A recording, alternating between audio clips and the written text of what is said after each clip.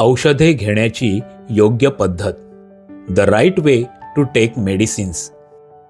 काल रात्रीपासून राकेशचा दात खूप दुखत होता. सकाळी त्याचा चेहरा सुजला आणि वेदनाही वाढल्या. खूपच त्रास होत होता म्हणून त्याने वेदना कमी करणारी गोळी रिकाम्या पोटीच घेतली. थोड्या वेळाने त्याला पोटात जळजळ वाटू लागली. डोकं गरगरायला लागलं आणि थकवा जाणवू लागला. औषध घेतलं की सगळं ठीक होतं असं तुम्हालाही वाटलं असेल तर जरा थांबा. राकेश सारखी चूक करू नका. फक्त औषध घेणं पुरेसं नाही, औषध घेण्याची योग्य पद्धतही तितकीच महत्त्वाची आहे. लहानशी एक चूक सुद्धा आरोग्याच्या दृष्टीने महागात पडू शकते. औषधं कधी, कशी आणि कशासोबत घेतली तर त्याचा योग्य परिणाम होईल आणि नुकसान होणार नाही याविषयी समजून घेऊ. औषध घेण्याची एक विशिष्ट पद्धत असते. ते कसं घ्यायचं, किती वेळा घ्यायचं आणि कधी घ्यायचं. डॉक्टरांनी औषध लिहून दिलं असेल तर त्यांच्या सूचनांचं पालन करा.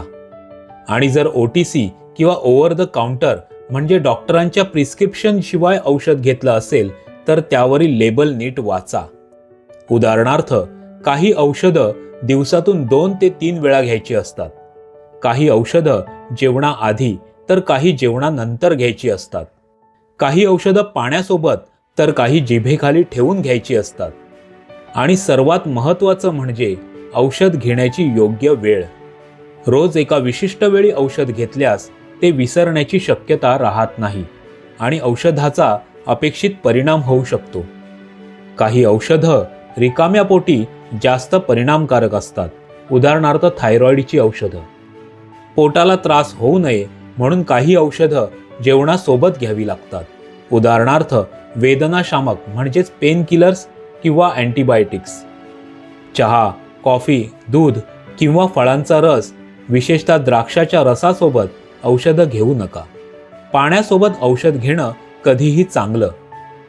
औषधं वेगवेगळ्या प्रकारची असतात आणि ती घेण्याच्या पद्धतीही वेगवेगळ्या असतात. टॅबलेट आणि कॅप्सूल ही औषधं गिळावी लागतात. डॉक्टरांनी सांगितल्याशिवाय ती चावून किंवा तुकडे करून खाऊ नका. पातळ औषध. अशी औषधं योग्य प्रमाणात घेण्यासाठी चमचा किंवा ड्रॉपरचा वापर करा. लहान मुलं आणि वयोवृद्ध व्यक्ती हे औषध सहज घेऊ शकतात. पावडर किंवा चूर्ण हे औषध पाण्यात मिसळून पूर्ण विरघळल्यानंतरच घ्या. क्रीम किंवा मलम गरज असेल त्याच जागी लावा. आय ड्रॉप्स, नोज आणि इयर ड्रॉप्स हात स्वच्छ धुवून योग्य प्रमाणात घाला. इन्हेलर किंवा इंजेक्शन डॉक्टरांच्या सल्ल्यानुसारच यांचा वापर करा.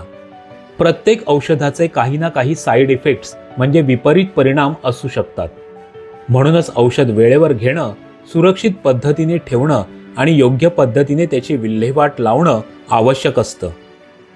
समजा तुम्ही औषध घ्यायला विसरलात तर आठवल्यावर लगेचच ते घ्या. मात्र पुढच्या डोसची वेळ झाली असेल तर असं करू नका.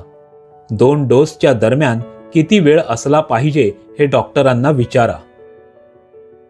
औषधाचा डबल डोस घातक ठरू शकतो, त्यामुळे डबल डोस घेऊ नका. एखाद्या औषधामुळे उलटी, चक्कर, ॲलर्जी अशी लक्षणं दिसत असतील किंवा हृदयाची धडधड वाढली असेल तर ताबडतोब डॉक्टरांना संपर्क करा. औषधाचा योग्य परिणाम होण्यासाठी काय करावं आणि काय करू नये. तुम्ही घेत असलेल्या सर्व औषधांची यादी करा. त्या औषधासमोर ते घेण्याची वेळ आणि डोसही लिहा. जर OTC औषधं असतील तर त्यावरील लेबल नीट वाचा. 2 औषधांचे घटक सारखेच तर नाहीत ना हे तपासून घ्या. नवीन औषध सुरू करण्यापूर्वी, कोणतंही औषध बंद करण्यापूर्वी अथवा बदलण्यापूर्वी डॉक्टर किंवा फार्मासिस्टशी नक्की बोला. काय करू नये. एक्सपायरी डेट म्हणजे समाप्ती तिथी उलटून गेली असेल तर अशी औषधं कधीही घेऊ नका. त्यांचा एकतर अपेक्षित परिणाम होत नाही किंवा त्यांच्यामुळे शरीराचं नुकसान होऊ शकतं. चहा, दूध, दारू किंवा फळांच्या रसासोबत औषधं घेऊ नका. इतरांची औषधं तुम्ही सेवन करू नका आणि स्वतःची औषधं इतरांना देऊ नका. खेळता खेळता मुलं चुकून औषधं खाऊ शकतात, त्यामुळे मुलांपासून ती नेहमी दूर ठेवा. एक्सपायरी डेट उलटून गेलेली औषधं थेट कचऱ्यात टाकू नका. अशी औषधं आधी एखाद्या खाद्यपदार्थांमध्ये मिसळा आणि पिशवीत बंद करून फेकून द्या. औषधांची योग्य पद्धतीने विल्हेवाट लावणं आवश्यक आहे. काही नवीन सवयींमुळे आयुष्य अधिक सुकर होऊ शकतं.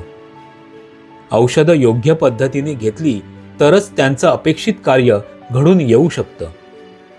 फक्त औषधं नाही, तर योग्य वेळ आणि योग्य माहितीही तेवढीच गरजेची आहे. निरोगी रहा, जागरूक रहा.